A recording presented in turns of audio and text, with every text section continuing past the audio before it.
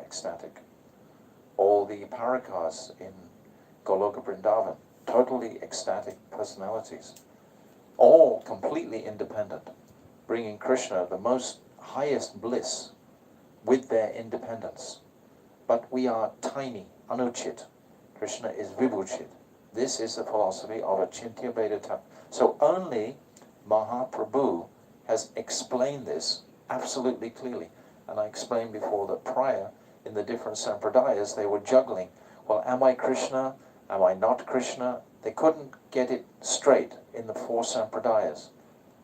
All the discussions in Madhva Sampradaya, etc., they were all about to what extent is the jiva a part of Krishna. But Mahaprabhu, he reconciled this very, very beautifully. So we can go through those. There's another chair there, and there's cushion underneath. Welcome, welcome, welcome. Yes, very good. Oh, you don't want a cushion? Okay. Okay, so this Chintya Bheda Abheda Tattva is the most this is in the 18th and 19th chapters. He opens this out in the Dasmula section, very, very beautifully. Okay. Deha kava jiva nai, dara bhogya nai, dasha bhogya jiva Krishna prabhu bhokta hai. The material body should never be considered to be the jiva. And how can it be? We throw it in the sea. We throw it in the Ganga. We burn it. If it's the jiva, why would we do something so disrespectful to it?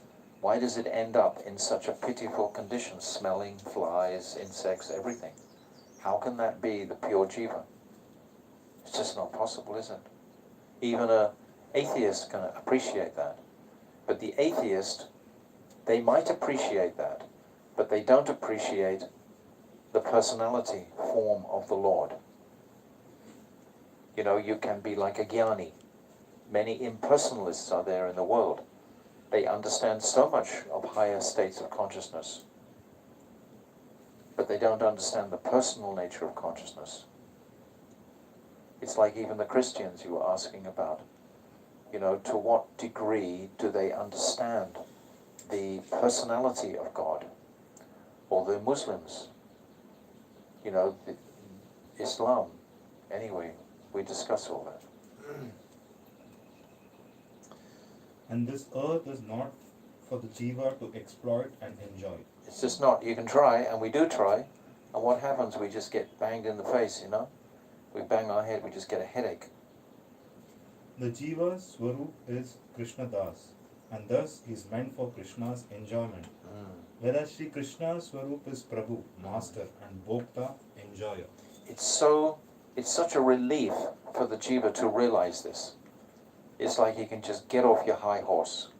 You can just stop trying to be anything other than you are, simply. And just being on that simple platform, and then that it's automatic, that attraction and affection for Krishna. Jiva Goswami describes it. Automatically we love Krishna. It's our nature to love Krishna. You don't have to try. When you try, you mess it up. But if you just let the heart flow to it, it's like a child can be attracted to Krishna. But no one knows it. We're all trying so hard. Okay. Jaiva Dharma nahiyache deha dharma kata nahiyache jiva gyan mayavada prata. This book, entitled Jaiva Dharma, neither discusses matters related to the dead material body, nor does it propound the Mayavada doctrine of the jiva's oneness with the Brahman. So these are the two, like witches, bhukti and mukti. Mukti, bhukti, mukti, spriha yavat, pischache, vardate. That these two witches, they can invade the heart. This desire for bhukti, pleasure, and desire for mukti, this liberation. And in that desire for liberation, this Mayavad conception can be there very strongly. So we have to avoid that. So this sublime book will counter those attractions. Okay, let's go back to our chapter now. Chapter 9. Does somebody remember where we are exactly? I think we're down the bottom of page 201. Yes, what passes as civilization at present is the culture of Kali Yuga. We're up to there. Got it, everybody? Halfway down, 201. So, Digambar now. The conversation, we understand, we remember that Digambar, his Advaita Babaji's old friend, they have a material friendship, without a doubt. At the beginning of this chapter, Advaita is so happy to see his old friend. There's a material platform there, but it's not going to be strong enough to contain the spiritual nature of both of these people. Because Digambar, he's really digressed. He's gone to another side. And Advaita Babaji, he's steadfast as a Vaishnava. He's representing the whole Vaishnava philosophy. To material civilization, basically. This is what the conversation is. Like a confront between material civilization and Vaishnavism. Amazing crafting of Bhaktivinoda Thakur to produce this. I'll just read the paragraph before this, just to keep us up to speed. Advaita Babaji is saying, if civilization means to adorn oneself in stylish clothes to appeal to others, then prostitutes are more civilized than you are. The only requirement for clothing is that it should cover the body, be clean and free from unpleasant odor. Food is faultless when it is pure and nutritious, but you only care whether it tastes good, and you don't even consider whether it is pure or not. Wine and meat are naturally impure, and a civilization based upon the consumption of such things is simply a society dedicated to sin. What passes as civilization at present is the culture of Kali Yuga. This is the most wonderful thing to appreciate. We are in the thick of Kali Yuga, so it's very easy to see our lower nature because we're in this age.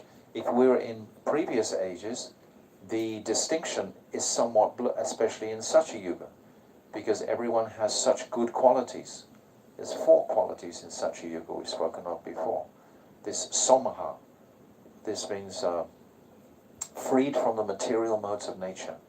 Shantaha, no envy. Surid, everyone friendly to each other. And niravaha, this means no envy, niravaha, no envy. So these qualities are all pervasive, just like on the planet today, the qualities of quarrel and hypocrisy. If you go to the South Pole or North Pole or East or West, anywhere, you'll find quarrel and hypocrisy everywhere. They've completely blanketed the earth, right? It's because it's Kali Yuga. We are so lucky to have this understanding. If you weren't a devotee, you'd be going crazy. You'd be thinking, how is all this happening? Where is sanity in the world? Right? I would be certainly so bewildered. I'd be questioning, where is the truth? Where is God? How can there be any purpose to this sort of existence? But because we have books like Jaiva Dharma, Srimad Bhagavatam, Chaitanya Charitamrita, it opens out and describes clearly what is not only what's happening materially, but the spiritual reality. Not like the Christian or the Muslim, which is somewhat sentimental when you really get into it, because there's not a lot of knowledge there to actually grip onto. Be good, be kind, love your neighbor, don't commit adultery, don't steal, like these. These are all kind of like general instructions that the people get. But actually to navigate the path to Godhead, where is that described? In these Kali Yuga, they're called Kali Yuga religions. That's Christianity and Islam. They're not present in the other ages. They can't stand in the other ages, because the other ages are soaked in the Vedic teachings. And the Vedic teachings are so immense for the soul and the soul's activity. You see, not just the soul, but the soul's activity. That's what we have to know. What will the soul do after it's liberated? That question we have to ask. And only the Vedic texts begin to describe that and go more and more and more. So, Digambar, have you forgotten the civilization of the Muslim emperors? I mean, it was very great externally, wasn't it? They had huge palaces, beautiful dresses they all wore, their ornamental furniture, they would feast and do so many, elaborate, enjoying activities in the material world. If you ever get a chance to go to Ramkeli is about 6 hours driving north of here. It's where Rupa and Sanatan were the minister, prime minister, and the treasurer was Rupa and Sanatan. And if you go there, you'll see the remnants of the Muslim city. It was the capital of all of Bengal. And it's enormous. It'll take your breath away. I mean, what remains there is as big as a cathedral that you'll see in the West. Just huge ruins of, and the prison where Sanatan Goswami was incarcerated. Huge building, and it's round, completely round. There's just one little door in it. And right behind that building is where they would execute all the prisoners. So the prisoners would be watching of the executions. It was right there. When you see that prison, you will tremble. When I walked out to it, it was like really, I became afraid. There's still an atmosphere of fear. But the potency of the Muslim city there was incredible. It wasn't just, bamboo huts or anything like that at all. It was a whole magnificent, very opulent building. So these Muslims, they lived like that. So Digambar, he's been fully influenced by this. Have you forgotten the civilization of the Muslim emperors? Just consider the manners with which people sit in the court of a Muslim emperor. How politely they speak, and with such proper etiquette. Advaita. That is only worldly conduct. Right? Worldly conduct. And he's getting enamored by it. Because he thinks it's got he's stuck on the bodily platform. So he's getting some taste out of the material environment. That is only worldly conduct. How deficient is a man really if he does not abide by these... How deficient is a man really if he does not abide by these external formalities? If you don't follow those social requirements in those sorts of circumstances, does that mean you're a fool because you don't know how to behave all, correctly and so on socially? Does it mean you're a fool? No. Brother, you have served in the Muslim government for so long that you have become partial to that type of civilization. In reality, human life only becomes civilized when it is sinless, because that's appealing to the higher nature in man. We've just described the higher nature and the lower nature. And we can go to the higher nature, and we can stay in that dharmic, Sanatan dharmic nature. We can stay there. And that will nourish our inspiration for beauty, creativity, all very wonderful aspect, especially in serving and pleasing the Lord of all creation. Being humble, this is the greatest quality. The antithesis of humility is pride, right? The opposite. So the Muslims became very proud of their culture. Digambar is very proud of talking about his culture. It's the opposite to the Vaishnavas. In reality, human life only becomes civilized when it is sinless. That's a very beautiful sentence. The so-called advancement of civilization in Kali Yuga simply means an increase in sinful activities. This is nothing but hypocrisy. Powerful sentences, huh? Digambar. Look, educated modern men have concluded that civilization means humanism, and that those who are not civilized are not human beings. To dress women attractively and thereby conceal their faults is considered to be a sign of sophistication. Wow, really comes out. Advaita, just consider whether this idea is good or bad.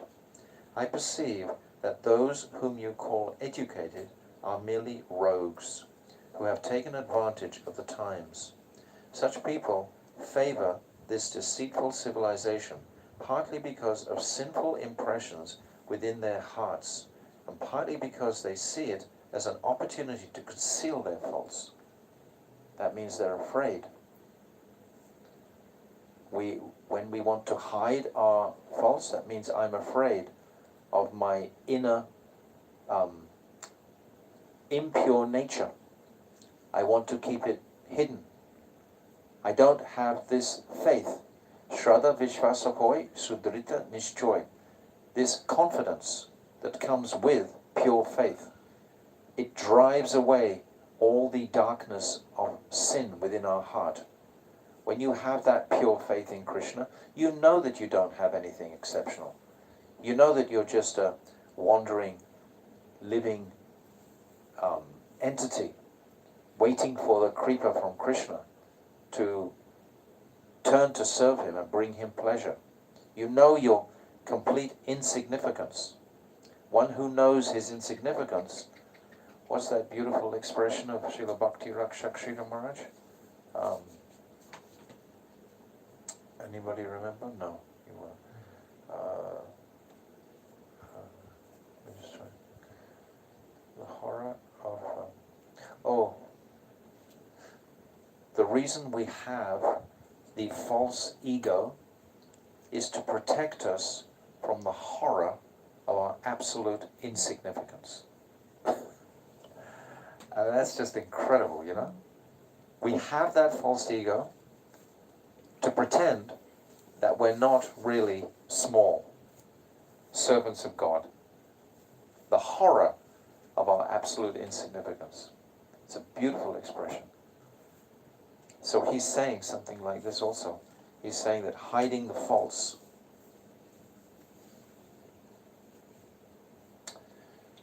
Such people favor this deceitful civilization partly because of sinful impressions within their hearts and partly because they see it as an opportunity to conceal their faults. Can a wise man find happiness in such a civilization? Where is wisdom?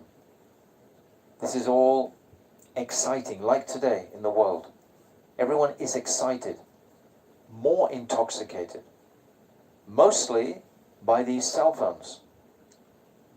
I mean, even if you're just an innocent Vaishnava, you go on the cell phones and you get bombarded with all kinds of different messages from this materialistic world. And these demons are very, very clever. Ravana was very clever. Hiranyakashipu, they're brilliant personalities. In Gyan, Kamsa, they know Shastra, but they just have negated the theistic aspect of the focus on the Lord, because that will minimize them. As soon as you think of God, you feel smaller. Therefore, an envious person can't approach the Lord, because he'll become envious. He'll want to be better than the Lord. And there is no one better than the Lord. That's why we read extensively these beautiful descriptions in the Bhagavatam of Krishna's form, his dress, his pastimes, his flute. We described the other day these 4 qualities. So many aspects of Krishna to make the impression of his personality, to purify our impersonal history, our impersonal sanskars and sukriti.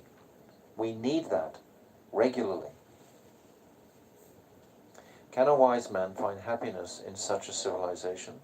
Only vain arguments and physical intimidation can maintain veneration for a civilization of rogues. Wow. This is so brilliantly written. I'll read that again. Only vain arguments and physical intimidation, because you physically become intimidated by the apparent grandeur of these material, what are you going to say, arrangements. Huh? Yeah. These material arrangements, like if you go, for example, to the Vatican. Why did they build such a big Vatican? Like this temple over here. Why did they build such a big Vatican? Intimidate. Yes, exactly. So when you go in the Vatican, you think, oh my God, the Pope must be such a great man. All these cardinals must be so incredibly, powerful. I'm afraid. They incite fear into the heart, not love. I've been there. Yeah, me too. Me too. And I saw it directly. My Gurudev went there. And he wandered all around. And then he saw some beautiful calves. And he became so excited. He said, oh, the Pope likes little cows. And the devotee said, no, he's going to kill them and eat them. And when my Gurudev heard that, he just turned around and left. He left straight away. Because that's like the hammer, Everything gets destroyed as soon as you come against the gentle, innocent cow who only wants to give, her blood in the form of milk, and the bull to just plow the field for us. And you're going to eat them. You're going to cultivate them and eat them. That's the end of it. There's no more mercy can come after that. That's what cow killing does. It kills that leg of mercy. Mercy. Kali started at that point. Yes, yes. In that chapter 17 of first canto, Parikshit, he sees the cow and the bull beating, yes. Diyamba, that's what we were just mentioning the other day as you were leaving Achyuta and Prabhu. Is there a planet for the Muslims? And my comment was, well, are they going to kill cows on that planet? What sort of planet will that be? But we don't hate the Muslims, we hate what they do. Right? Even in Christianity they say, don't hate the sinner, hate the sin. Right? It's not a personal thing. It's just like we don't agree at all with that violence that they do it from childhood. Kids have their hands in blood, Muslims in particular, from childhood.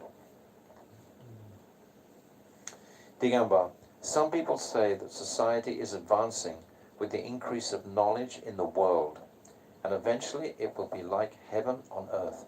There are so many people like this today in the world. They call them New Age philosophers. They can present so nice ideas, but actually, now is the great time of awakening, and everyone's going to be happy, and love, peace, and brown rice will be everywhere, and everyone will be favorable to each other. And they want to make this material world a happy place. But it can never be a happy place. It's not possible to be. We don't want to be in this material situation. We want to be in that situation. We want to be just chanting Hare Krishna in Sankirtan to raise our consciousnesses to be in that situation here and now. We don't want to make this material. You can labor all your life, digging gardens, doing this, doing that, building houses, doing so many things. But what is going to be the benefit at the end of it? Each night you just sleep, wherever you are. Sleep on the floor, sleep on a bed, sleep on a fancy bed, whatever. And the foods that you take, etc. Trying to make an effort to facilitate the material body isn't important. We see all the examples of the sages, how they would just live incredibly simply. Why? So they didn't have to interact with the material energy so much. They would be separate from it in their bhav of focus on Krishna, not on the material energy. Just a simple cow, some vegetables, some fruits, some pure water. That's really basically a little bit of herbs for medication and stuff. Somewhere to sleep. Protectors, perhaps a mosquito net. Be helpful. But you just don't need a lot of stuff. Means you have to work hard. You know that when you eat a lot, it makes you work a lot. You know, if you, like on Ekadashi, when we fast, etc., we can put our minds right into our study and chanting. But as soon as we overload the machine, the first reaction is, I've got to go and do some work. That passion immediately comes out where I have to do something energetic in the world, rather than internally energetic. It's a whole school of consciousness that needs to be developed. This internal journey, not the external journey. The external journey are like all the creatures and so on. We're not on that. We, as a human being, we have the capacity to experience higher states of consciousness. Animals don't at all. Trees don't at all. But in the human species, we can experience higher states of consciousness. So why not spend our lives trying to increase our levels of consciousness? And the only civilized higher state of consciousness is in connection with the highest state of consciousness, which is Krishna. There isn't another.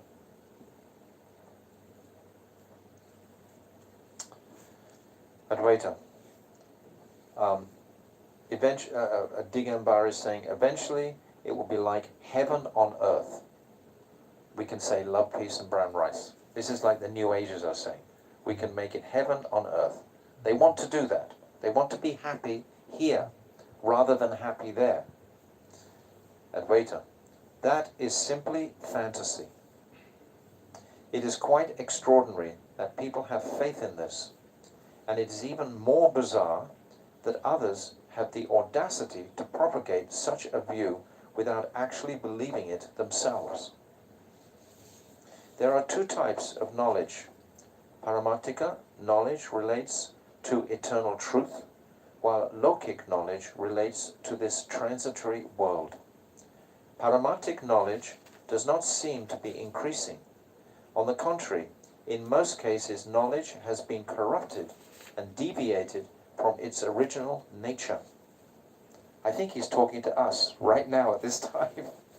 Bhaktivinoda Thakur is speaking right now. Only lokic knowledge seems to be on the increase.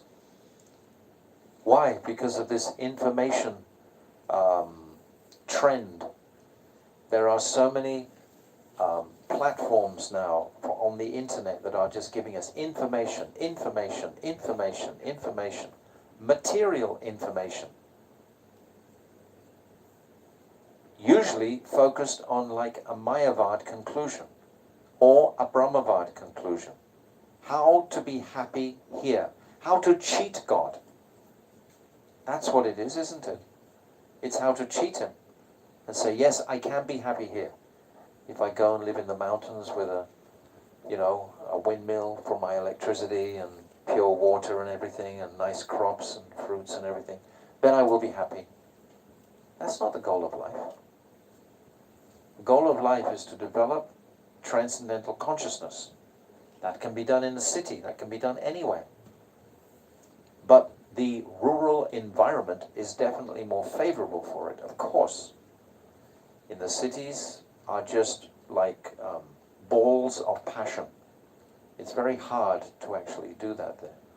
But in the rural areas, the country areas, it's much more simple to do like that. Srila Prabhupada saying that we need chant and be happy. Chant and be happy, that's all he said. Yes, two. On the only chant Simple. and be happy. Chant, and as a result of that chanting, you will be spiritually happy. So happiness is not so bad. Happiness is great. But not material happiness. Spiritual happiness.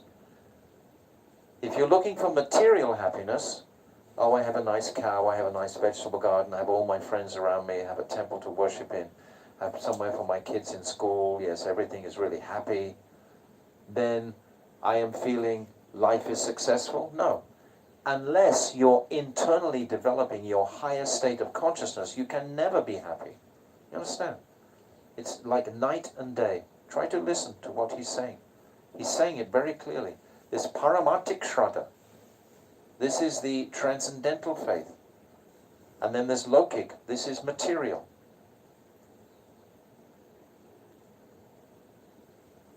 Difference between night and day.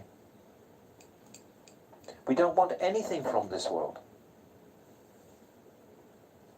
We'll be most happy chanting Hare Krishna, thinking of Nityananda Prabhu, thinking of Sachinandan Gaurahari, thinking of all the teachings of Chaitanya Charitamrita, thinking about Srimati Radhika, thinking about them, developing that consciousness to serve them, becoming hungry to serve Sri Radhika. You can get distracted by becoming hungry to dig your vegetable garden, to milk the cows, to do all of these external things. Yes, we can do that for the body's sake, but the body is secondary to the soul. The soul is inside the body. The body is the external case. If you put your attention on the external body more than the internal soul, what is the value in life? Isn't it? And people get bewildered because today is Kali Yuga and it's so confusing. And they think, oh, the best thing is to actually cultivate the body. You know, you have these, what was it, back in the 80s and 90s, all of these physical exercise things, gymnasiums was going up and all these energetic instruments for keeping fit and everything, right? And there was a whole trend towards healthy foods. Everyone wanted their body to become like immortal practically. But you can't be immortal. You're not immortal. You're mortal. You're going to die. What was Raghunath eating every day? Just a cup of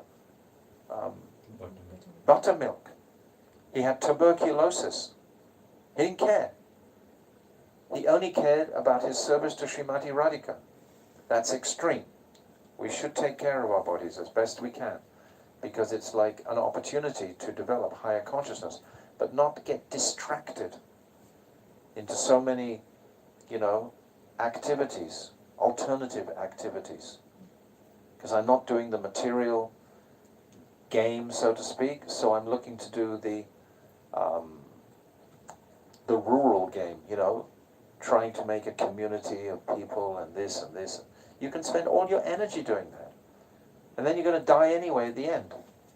How much are you going to remember Krishna? If you spent all your energy trying to develop an apparent spiritual community without the community in your own heart. Physician, heal thyself. Always this number one. My Gurudev said this all the time. He said, if you don't do bhajan, how can you preach? What will you preach if you're not doing bhajan? If you're not yourself practicing, what are you going to tell other people? Oh, just do this, build a nice house, drink milk all day, you know, take just vegetables, go raw, then you'll be happy. That's not, it may help, but it's not the goal. It may support, but it's not the goal. I've met so many devotees, they get on a health trend, you know, and they get in, and that's okay. I'm not saying everyone can go how they want to go, but it's not going to bring the highest necessarily state of consciousness. If they're cultivating, they're chanting primarily, as well as taking care of them, but then that's good. You can get the balance between the two. But if you go imbalanced and just think, oh, you know, about the material aspect of the body, the material health. It's interesting, just as a comment, I've met many healthy devotees or health freaks, and when they come to India, they're always the first ones who get sick, because they've made their body so sensitive, and if they're taking prasadam in places with the devotees, then they haven't built up sufficient strength. What? Resistance. Resistance to, like, you know, sometimes the prasadam is too hot, chili, this and that and the other. And if you've built up such a sensitive lifestyle, how are you going to just be relaxed and be able to chant? Isn't it? You're going to be spending all your time just thinking about that, rather than be thinking about, where is Krishna right now? What's the time now? 5:45. Where is Krishna now? Do you know? Do you know where he is now? There's the 8 paharas of the day. He's coming back from Calvary? Yes! This is Syayam. This is Syayam Leela. This is the time when Goduli it's called. The most beautiful time. Krishna, he's just coming back. Look, it's still light. Light is just going. So Krishna's coming back with millions of cows, and the dust raised from the cows is what the Brijbasis can see in the distance. Oh, and they've waited all day. Mother Yashoda, her whole day is spent in separation, waiting for Krishna to come back. Then Krishna and Balaram, Sridham, Soka Krishna, Madhumangal, Subal, all these incredible personalities, these cowherd boys, they come back and they're dressed so beautifully. They're like actors on a stage. They like dressing up. Their mothers dress them very nicely, but when they go to the forest, they take the new sprouted leaves and they put them on their bodies, and they take the red clay and they make all markings over their bodies, like we do with tattoos and stuff like that, they put them all over their body. They just make themselves look incredibly otherworldly. And they have peacock feathers and flutes and bugles and such a colourful display. And this dust is going over everything, and Krishna becomes clouded by that dust, except for his garland. He's wearing like a white champak garland. And there's Subal on one side and Stoka Krishna on the other side, and every time a drop of dust comes onto the flower garland, they flick it away. So his garland stays completely bright without any dust on it at all. So this is what's happening now.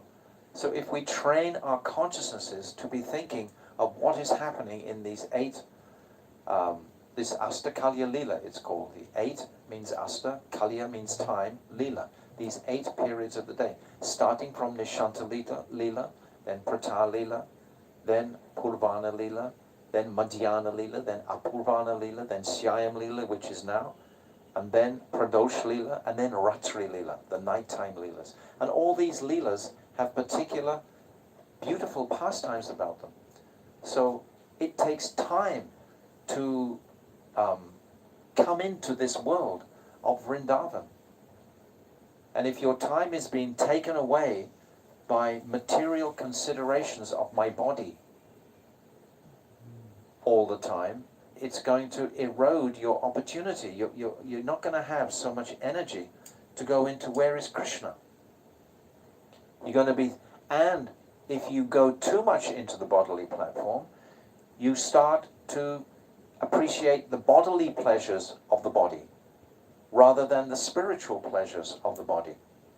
And these can become so strong that you forget the spiritual taste. You're just enjoying how good you feel rather than actually the soul's well-being. You understand? Is it true? You sure? I haven't found the balance. But Huh? It's very hard to find the balance. Exactly, because we should find a balance, because the body should be taken care of, it should be looked after. Krishna has given us this gift. And we can gradually build the balance over years. It's not going to happen just straight away. You can gradually build the balance so that you are physically healthy enough to withstand the punishment of Kali Yuga, and at the same time practice your bhajan. You need to do it in a balanced way, but the principle and focus should always be on higher state of consciousness. It must always be there. Otherwise you're just like an animal again. There's not much difference. You understand, Govinda Charan? It makes sense or not? Tell me. Open. One may say, like, you encourage us all to, like, chant 64 rounds. Well, that's the best. That's the highest, but not everyone can do that. We have to appreciate that. I'm not saying that. I'm saying it's everyone should do encouraged, according to their adhikar. It's a good thing, but It's there's some that say, oh, that's a bit too extreme. Doesn't So matter it's- what others say, what do you say? Well, this desire to advance, right? And you want to do things that conducive towards Yes. that goal, Yes. but at the same time, No, you have to balance. yeah, you got to have the balance. Yeah. If you try to chant 64 rounds and you're not qualified sufficiently, it can take you right up and then bang you right down again too. It can have that effect because you're trying to jump too far too quickly. It's actually a gradual inclusion into your life to increase your chanting. And along with the increased chanting, you develop your living standard to hold that weight of your chanting. Because that weight of your chanting will create a lot of energy within you, a lot of Shakti within you. Where are you going to put that Shakti? You have to have developed simultaneously an affection for Srimad Bhagavatam, for example, for Chaitanya Charitamrita, for hearing the beautiful pastimes of Krishna. That has to come. Because if it's not, you'll get attracted to a path of yoga. How powerful you're becoming. That can happen also. Because the Mahamantra can give so much potency. So that means the philosophy of the Vaishnava theology is more important than chanting. That's The chanting is going to give us the energy to realize the philosophy. The chanting will increase your yeah, consciousness so you can understand the so you can understand these precepts, so you can incorporate the precepts into your life, not just read about them. We don't want that. That's just gyan. A jnani is someone who looks at all the signposts and just speaks to everyone about the signposts but doesn't actually go there. We want to go there to have realization of these truths. Otherwise, what's its value if you're just talking about it all the time? I'm gonna do this and I'm gonna do that, rather than actually doing it. Understand that, Shuta? It's the balance. It's like she's saying also. It's like I'm always saying to my dear Lalita Priya. Everything is balanced. When we are balanced, Radharani is very happy. We can do the both. We're in the material bodies, we're in the material world. We have to adjust. But the principle is always to be putting the scale more towards my spiritual practice. That's all. You don't have to become fanatical for yourself. Someone else might think that you're fanatical, but you're just being normal. This is just how you feel comfortable. But for others, it's not comfortable. Makes sense? So don't start banging a drum to everybody that everybody should chant 64 rounds, because most people can't chant 64 rounds. And if they do, I know a number of people who have pushed themselves and have really banged over the edge and then taken a huge tumble back down into the material world. I know many people like that can't actually cope with the weight of the Shakti that will come. It's like Kundalini. This Kundalini can wake you up, and it's actually too intense. If you do some inducive arrangement to wake up that Kundalini, you can actually you can become imbalanced in the mind. Even if it is apara, non-apara. Became big bad. Yeah, definitely.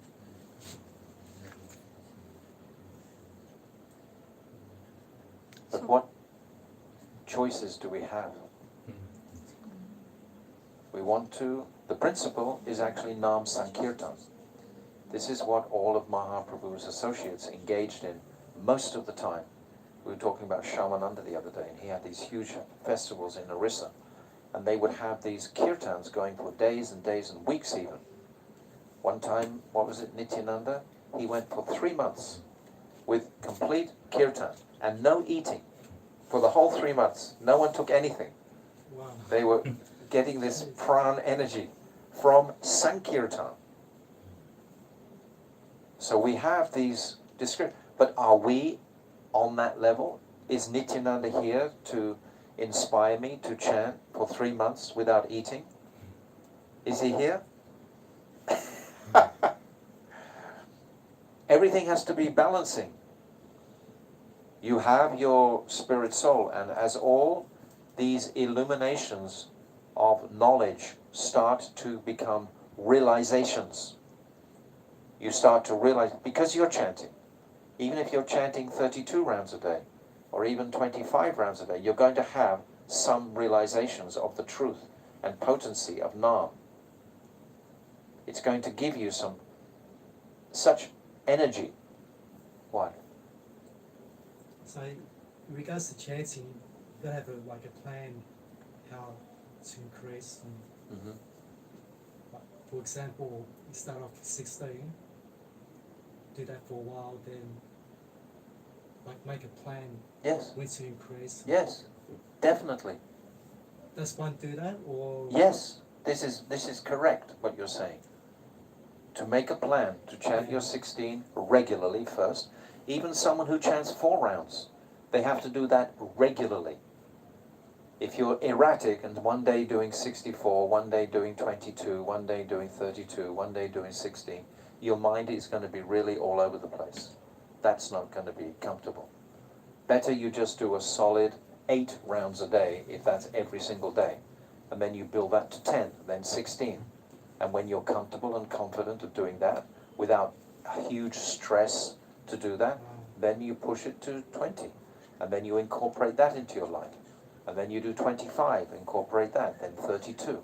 Then when 32 becomes very simple to do every day, I'm not stressed out, I'm not, I'm managing that amount of energy coming into my, and then go further. So that's an indication that when you feel the stress, that's indication that you're pushing it too far. If you push, there's an expression, don't have the string too tight because it'll break. And don't have it too loose because it won't play. So you have to find your own personal rag. Okay. Every species has a rag. Every individual has a certain frequency that they are capable of moving at that speed.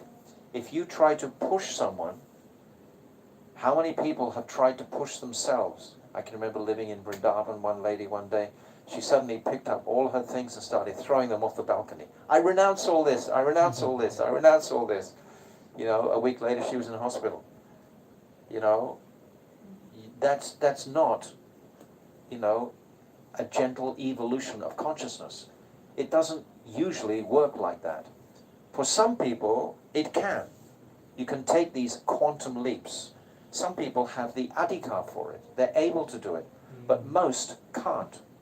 Most have to gradually. But if you're always thinking that this is the path to increase because by increasing your chanting, you're increasing your closer proximity with Krishna. It's the contradiction to what Digambar is saying. Digambar is not even vaguely referencing this. He's just saying, eat meat, enjoy, drink wine. This is the reality of life. This is not our goal. Our goal is to raise our... This is what Advaita is saying. Let's read some more. But it's good to question these things, because it will make this Jaiva Dharma alive. So, there are 2 types of knowledge. Paramartic knowledge relates to eternal truth, and lokic knowledge relates to the transitory world. So we have to consider what type of knowledge am I absorbing. Paramartic knowledge does not seem to be increasing. On the contrary, in most cases, knowledge has been corrupted and deviated from its original nature. Only lokic knowledge seems to be on the increase. Does the Jiva have an eternal relationship with lokic knowledge? Does he? Lalita Priya? He has an eternal relationship with lokic knowledge? No, of course not. He just gets bound more and more into the material cycle.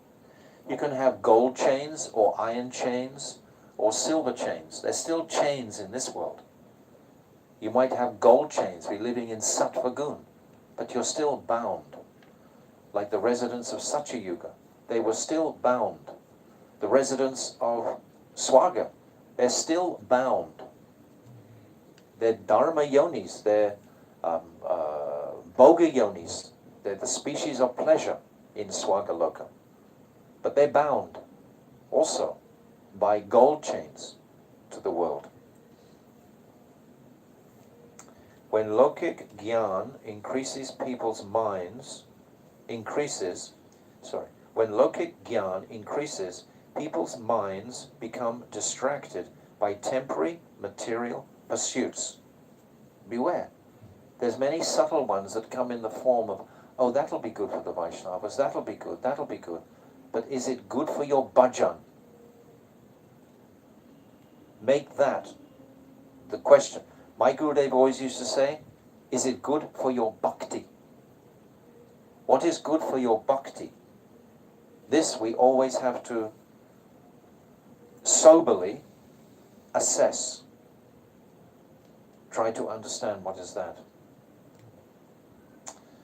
When Lokik Gyan increases, people's minds become distracted by temporary material pursuits and they neglect the original spiritual truth. That's exactly what we're saying. I firmly believe that the more Lokik Gyan increases, the more duplicitous a civilization becomes. This is a great misfortune for the living beings. We see that Lokik Gyan in the civilized countries of the world. India is thinking that all the Western world is very civilized because they have fast cars, smooth roads. I mean, what is it when you go to the West? You get off in the airport and the door goes click, shut, and you just take off. And the AC's in the car and everything's like making you think you are the material body. Social money. Huh? Social money. Yes. You give card. Yes, just the card, all the money. And oh, now I'm happy in the material world. As soon as you think, now I'm happy in the material world, no problem, stay here for another 25 lives. Just keep on being here if you're happy in the material world. What's the problem? Digamba, he can stay in this material world forever if he's happy. I'm not happy in this material world. I'm performing my duties in this material world to try and elevate my consciousness. That is the purpose of human life. There's no other purpose to human life. We can become fanatical about that. What's the problem? Anyway. Yeah. I firmly believe that the more Lokik Gyan increases, the more duplicitous a civilization becomes. This is a great misfortune for the living beings. Digamba, a misfortune? Why? Advaita. As I said before, human life is very short. This is what we don't appreciate. We don't appreciate we're all going to die very soon. It might be 20, 30, 40, 50 years. It's still comparatively very, very short. You don't have a lot of time. The older you get, the more you will realize how short your time is. Because then the aches and pains of the body start to manifest and you realize, oh my God, I am going to die. Different organs start malfunctioning. But don't leave it until that stage. Use the youthful stage of life to develop this consciousness. Then when you are older, you won't have any problem being older in your consciousness. You'll be able to transcend the material. I can remember when my Gurudev was leaving this world. We've got one Budara, great astrologer. He was saying that he saw my Gurudev in the situation he was in, with these malefic planets were attacking him. But my Gurudev was like in his own planet, in a sun, completely untouched by any of this influence. Because his whole life, he's developed that. The whole life, he's practiced that. So when you get these really heavy, like malefic or aggressive disruptions in your life, you won't be disturbed because you practiced. That's really all we have to do in our life is practice. And then bhajan will come. When Krishna sees us doing like that, his heart will melt and he'll just pour down so much kripa in the form of association, in the form of our realizations. This avaroha panta, this is our path, not aroha. Doing anything else by myself is like aroha, Oh, I will do this, I will do that, I will do that. This is like I'm trying to capture by my efforts. We don't have to make such a big deal. We can just chill out and sit back a little bit. And Krishna, we just perform our duty in a balanced, wholesome way. As I said before, human life is very short. The jivas are like travelers at an inn, and they should use this brief span of life to prepare themselves for their ultimate destiny. It would be sheer foolishness if travelers staying in an inn were so caught up with improving the conditions of their stay that they forgot their destination. This is just what we've been talking about.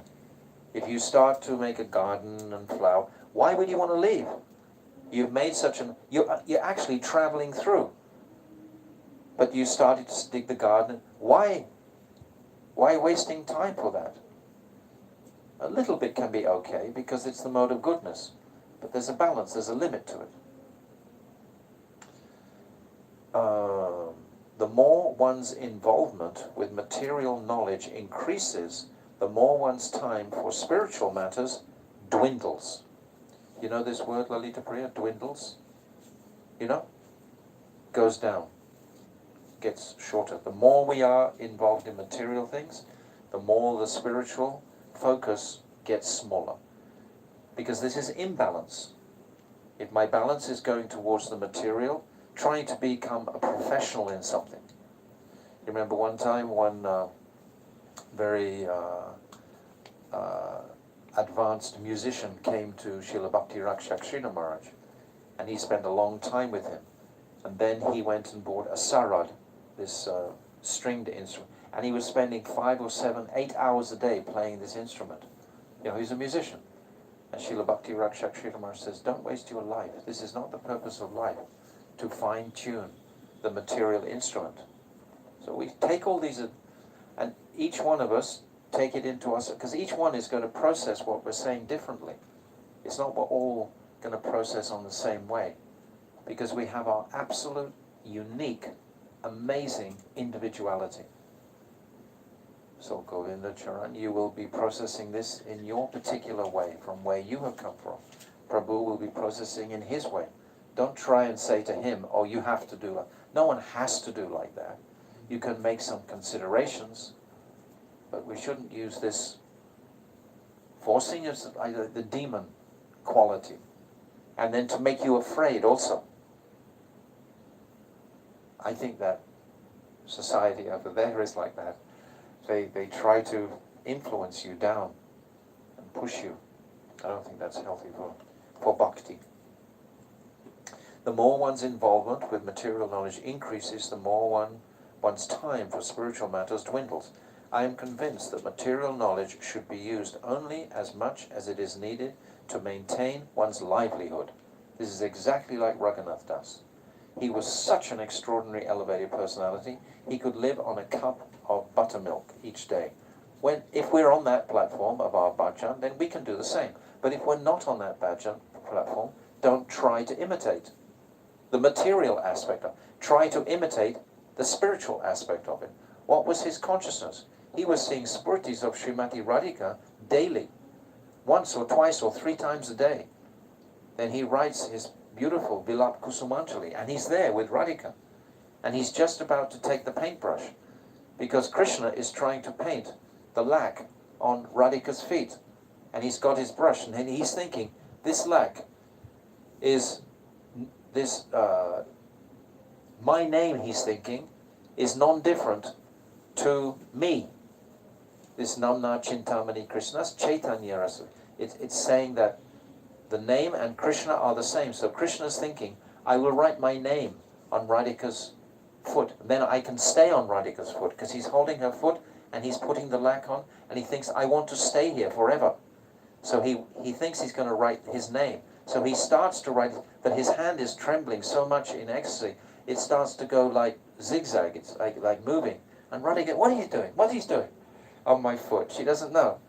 And then she tells Raghunath Das, you come, you take the brush, you do it. This new person, he can't do. Only her trained manjaris, they can paint the lac on. Then Raghunath, he's just about to come, and take the tray with the lac and the brush, and all of a sudden his meditation breaks and he's back in Radhakund again. In this Antir Bahadash, there's 3 different stages. He's come out of that Antir Das and he's come into Antir Bahadash, this halfway stage. And he's so much in separation, he's just crying and crying because the intoxication of being with Sri Radhika, being with Krishna, being with all the Sakhi, and then suddenly you're back in this material world again. Does he think, oh, I've got to go and do some gardening? I've got to go and get my cow? Or I've got to go and do something material? No, he's just thinking, how can I find my prayers to attract Sri Radhika, to bring me back into that world?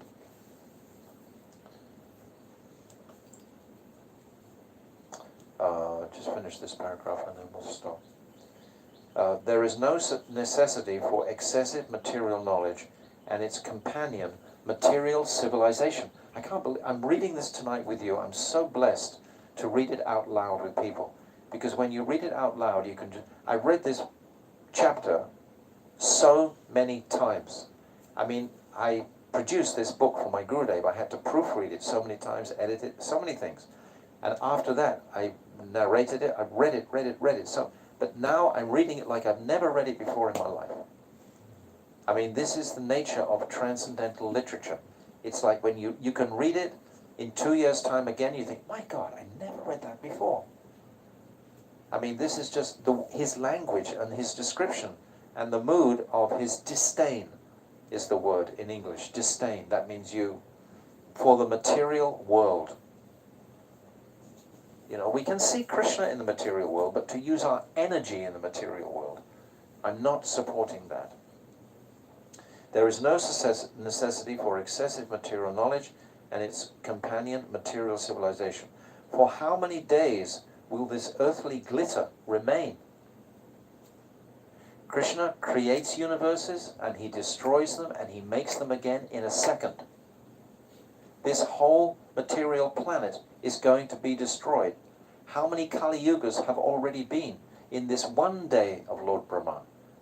900, or we can calculate back from the 7th Manvantara. We are in the 7th Manvantara now, so we can calculate how many Kali Yugas have there been. And there's always been wars, there's always been disturbances, there's always been these upheavals in history. Bhakti Rakshakshita Maharaj again talks about this, because the devotees went to him one time and said, oh, it's almost like time for World War III, like that.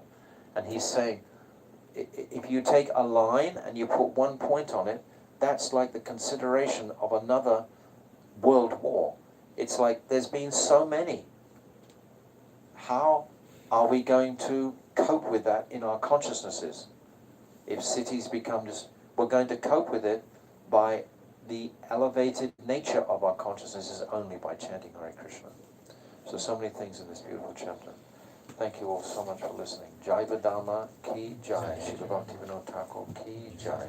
Gaur Premanande, Vanshakapatarubhyascha, Kripa Sindhavevacha, Patitanam Pavanibhyo Vaishnavebhyo Namaha. I think this Jaiva Dharma is really helpful for us. I mean, if we have any misconceptions, these truths of Jaiva Dharma, I think we'll just... But you have to speak more. You have to offer your comments.